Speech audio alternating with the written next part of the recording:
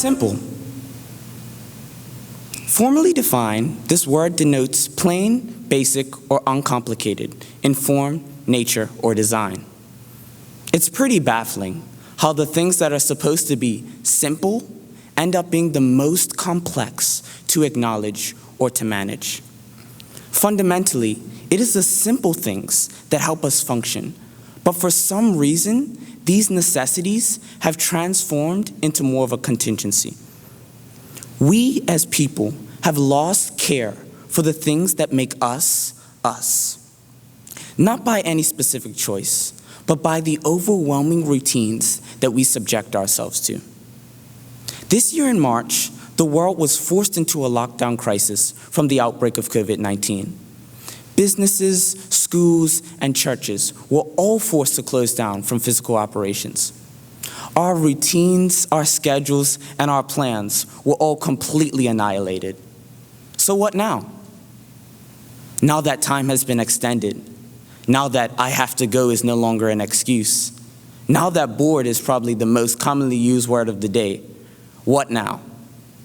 Well, the answer is simple. Now is the time to go back to the fundamentals of life that have been previously overshadowed. There are three primary values that I have gained a greater appreciation for during this season of COVID-19. These three values being life, family, and self-care. Quarantine has truly given me an opportunity to appreciate the overlooked beauty in this thing we call life. As we look around at the global climate, death is vicariously on the move through every town, city, country, and even continent. I am thankful that in a time where my life could have easily been snuffed away from me, I still have it. The pressure to live has truly crowded my perception on how much of a luxury this life really is. With all the pressures and responsibilities now subsided, I now can see how great it really is to be alive. With this life, I have an even greater appreciation that I can spend it with the ones that I love. Which takes me to my next point, family. My beautiful, slightly crazy family. During our lives, we have so much task and responsibilities that we rarely only spend a few hours together.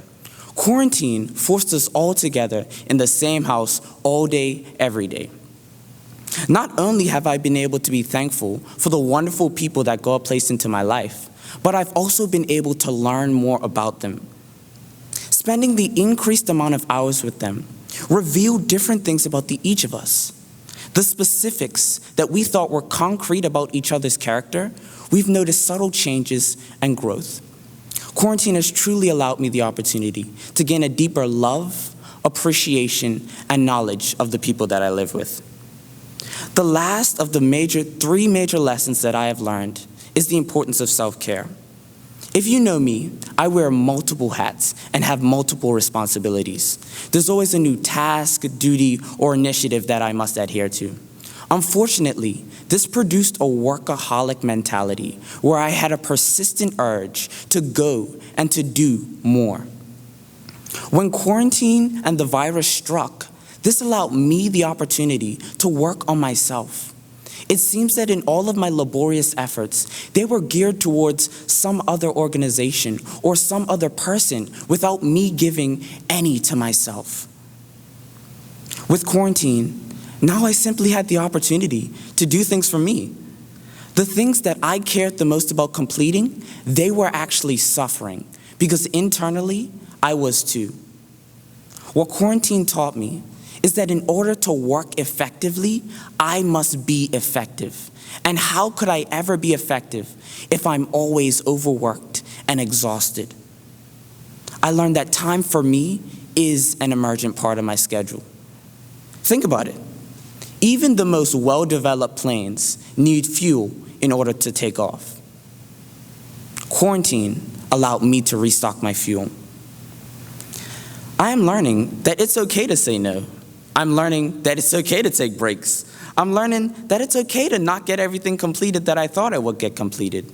I'm learning that it's okay to fall behind, and I'm learning that it's not healthy to always produce. The biggest lesson that I learned from quarantine is that I was on the brink of burnout. There have been tremendous amounts of growth, development, and healing that have taken place in my life personally during this time. But aside from my personal experience, what I lament and acknowledge is the suffering of others. This time was not all glitz and glamour for everyone. Many grieved, many suffered, many ached, many even died. I know it's been a long afternoon, so if somewhere along the way you got lost during my speech, let me leave you with this. Take heart in the simplicity of life, in a world riddled with chaos and calamity. What I have explicitly seen and learned is that through the seasons of distress and through the seasons of suffering, only development can be produced. Your greatest seasons of pain will be your greatest seasons of growth. Quarantine has definitely been a time for me, but I'm hoping that I can use this growth that I experienced for me to help, to comfort, to console, to advise, to inspire, to encourage, and simply to love others. Growth was not just for me. I'm hoping that it was for the community at large. Thank you.